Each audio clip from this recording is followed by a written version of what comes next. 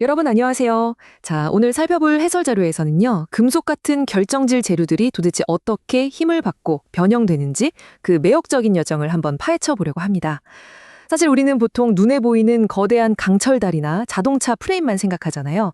하지만 오늘은 완전히 반대로 눈에 보이지 않는 아주 미시적인 단결정의 세계에서 출발할 겁니다. 거기서부터 스케일을 쭉쭉 키워서 우리가 일상에서 접하는 거시적인 다결정 재료의 거동까지 올라가 볼 텐데요. 아주 미세한 원자 배열의 변화가 어떻게 그 어마어마한 구조물들을 버티게 해주는지 그 숨겨진 원리를 아주 구조적으로 그리고 재미있게 풀어보겠습니다. 준비되셨죠? 본격적으로 뛰어들어 볼까요? 오늘 우리가 따라갈 이론적 로드맵 간단히 짚고 넘어가죠. 1번 단결정의 미시적 변형부터 시작해서요. 2번 분해 전단 응력, 3번 입체 투영법을 살펴봅니다. 이어서 스케일을 확 키워 4번 다결정의 연속성 제약, 5번 폰 미세스 기준 증명을 거쳐서 마지막으로 6번 거시적 집합 조직, 강화 현상까지 도달해 보겠습니다. 자, 그럼 첫 번째 주제인 단결정의 미시적 변형부터 바로 들어가 보겠습니다. 우선 진단 매트릭스를 한번 자세히 들여다볼까요? 단결정의 가공 경화 과정을 보면요. 아주 흥미롭게도 딱 3단계로 나뉩니다. 먼저 스테이지 1, 일명 용이활조 단계인데요. 말 그대로 변형이 아주 쉽게 일어납니다. 단일 슬립기만 작동하니까 전이들끼리 부딪힐 일이 거의 없고 가공 경화도 극히 적죠. 그런데 스테이지 2로 넘어가면 상황이 완전 달라집니다. 그래프가 아주 가파른 선형으로 쭉 치솟거든요. 여러 슬립계가 동시에 교차로 작동하면서 전이들이 서로 복잡하게 엉키고 상호작용이 극대화되기 때문입니다. 그러다가 스테이지 3에 도달하면 곡선이 다시 완만한 포물선 모양으로 꺾이는데요. 이건 꽉 막힌 전이들이 장애물을 쓱 우회하는 교차 슬립이라는 걸 하면서 응력이 한결 완화되기 때문입니다. 그럼 이런 변형 단계들이 외부 조건에 따라 어떻게 달라질까요? 온도와 적층 결함 에너지, 즉 SFE의 차이를 비교해보면 아주 명확해집니다. 온도가 확 높아지면 어떻게 될까요? 열 에너지가 팍팍 지원되니까 전이들이 교차 슬립을 훨씬 더 쉽게 해냅니다. 그래서 빡빡한 가공 경화가 일어나는 스테이지 1과 2 구간이 확 짧아지는 거죠. 반대로 면심 입방, 그러니까 FCC 금속에서 SFE가 낮아진다면 어떨까요? 이건 마치 도로 위에 물리적인 바리케이드가 엄청나게 넓어지는 거랑 똑같아요. 적층 결함이 쫙 넓어지면서 교차 슬립 자체가 물리적으로 억제돼 버리는 겁니다.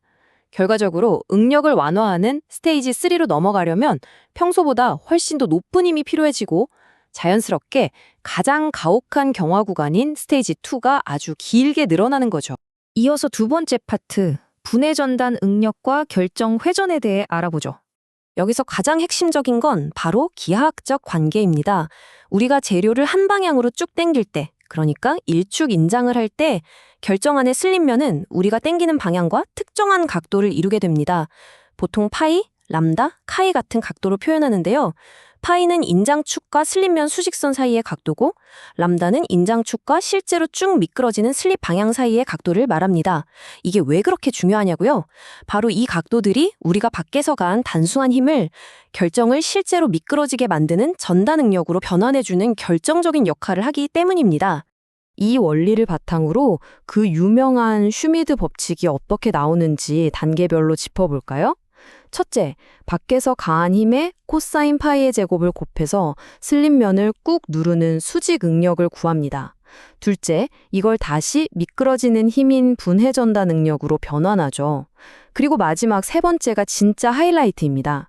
슬립면 위에서도 전이가 실제로 이동하는 딱 그 특정 슬립 방향으로 작용하는 응력을 구해야 하는데 이게 바로 임계 분해 전단 응력, 즉 CRSS입니다.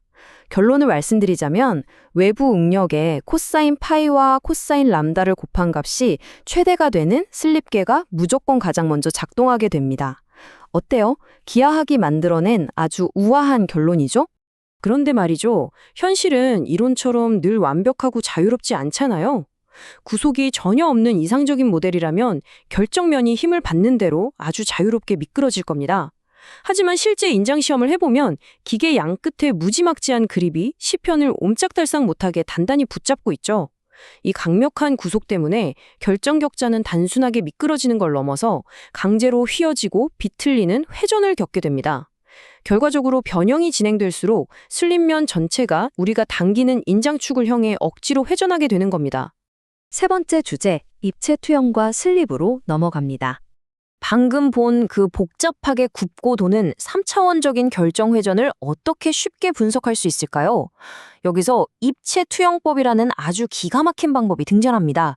쉽게 말해 둥근 지구를 2차원 평면 지도로 쫙 펼쳐보는 거랑 똑같은 원리예요. 아까 살펴본 슈미드 계수를 바탕으로 현재 당기고 있는 방향에 따라 어떤 슬립계가 가장 유리한지, 즉 가장 먼저 터질지를 이 2차원 투영도 안에서 완벽하게 예측할 수 있습니다. 축의 좌표가 슬금슬금 이동하는 걸 보면서 어떤 슬립계가 작동하는지 콕 집어낼 수 있는 거죠. 그럼 인장축이 실제로 어떻게 움직이는지 궤적을 한번 따라가 보겠습니다. 단일 슬립이 일어나는 동안 처운 위치에서 출발한 인장축은 서서히 방향을 틀기 시작합니다. 도대체 어디로 가는 걸까요? 격자가 회전함에 따라서 인장축의 방향은 현재 활발하게 움직이고 있는 주 슬립 방향을 향해 마치 강력한 자석에 이끌리듯이 끊임없이 이동하게 됩니다. 자, 여기서 정말 재미있는, 아니 좀 골치 아픈 현상이 하나 일어납니다. 축이 쭉 이동하다가 대칭선이라는 경계에 딱 도달했을 때인데요. 원래 교과서적인 원칙대로라면 여기서 기존의 주 슬립계랑 새로운 켤레 슬립계가 엎치락 뒤치락 교대 슬립을 하면서 축이 대칭선을 얌전하게 따라가야 하거든요. 근데 현실은 다릅니다. 켤레 슬립계 쪽에 잔뜩 쌓인 변형 저항, 즉 잠재 경화 현상 때문에 축이 선을 제때 못 걷고 원래 가던 방향으로 선을 훌쩍 넘어가 버려요. 이게 바로 그 유명한 오버슈트 현상입니다. 이 치열한 주도권 싸움 끝에 하중축은 마침내 최종적인 안정을 찾고 이후에 파괴로 이어지게 되는 거죠. 자, 스케일을 확 키워서 네 번째 섹션, 다결정의 연속성 제약을 살펴보겠습니다. 지금까지 본 단결정들은 나름대로 자유롭게 미끄러질 수 있었어요. 하지만 다결정 세계로 오면 완전히 다른 이야기가 펼쳐집니다. 이웃한 결정들이 서로의 멱살을 아주 꽉 잡고 있다고 생각하시면 돼요. 꽉 찬 만원 지하철에서 다 같이 수갑을 차고 있는 상황이랄까요? 그 이유가 바로 변형 정합성이라는 아주 가혹한 제약 때문입니다. A 결정과 B 결정이 붙어 있다면 그 사이 경계면에서의 변형률은 양쪽이 한 치의 오차도 없이 똑같아야 합니다.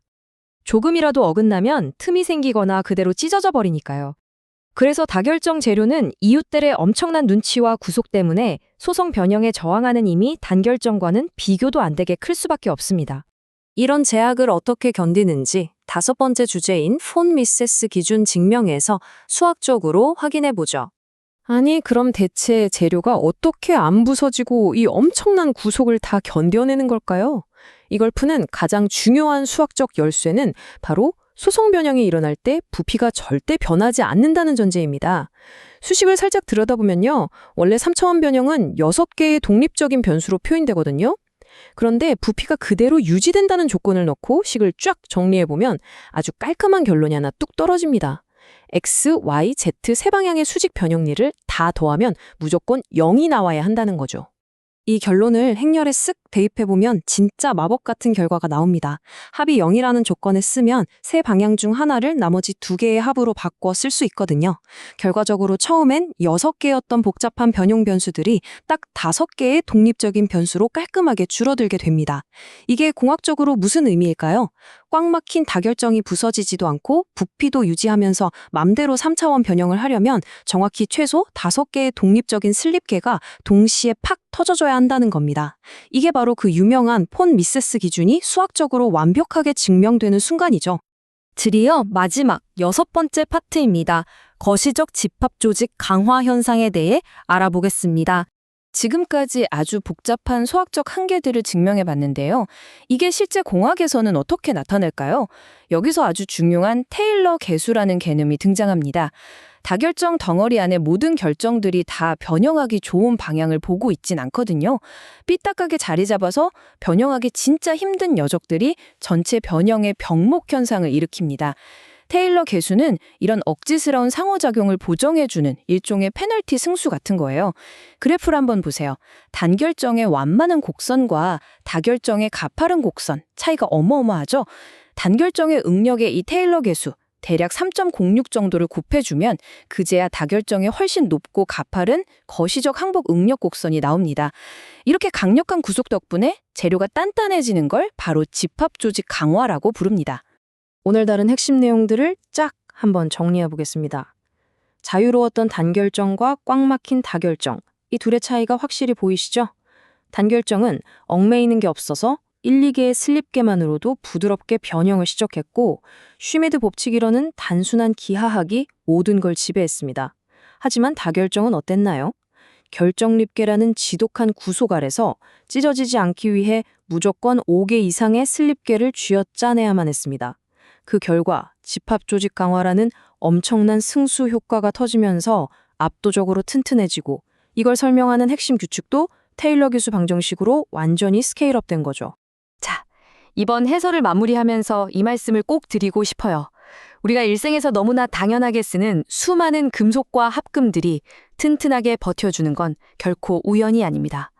그것은 미시세계의 무질서해 보이는 작은 슬립들이 모여서 결정립계라는 그 가혹한 구속을 함께 이겨내며 만들어낸 아주 위대한 기하학적 협력의 결과물입니다. 눈에 보이지 않는 깐깐한 수학적 제약이 거시 세계를 지탱하는 압도적인 강도로 태어난다는 사실, 정말 경이롭지 않나요? 그럼 여기서 발칙한 상상을 하나 해볼까요? 만약 우리가 나노 기술을 엄청나게 발전시켜서 자연의 절대 법칙인 이 5개의 슬립계 제약을 인위적으로 통제하거나 무너뜨릴 수 있게 된다면 어떨까요? 어쩌면 우리는 지금까지 인류가 단 한 번도 상상하지 못했던 초행적인 강도를 가진 완벽한 신소재를 창조해낼지도 모릅니다. 정말 흥미로운 생각이죠? 오늘 해설은 여기까지입니다. 다음 시간에도 흥미진진한 분석으로 찾아오겠습니다. 시청해주셔서 감사합니다.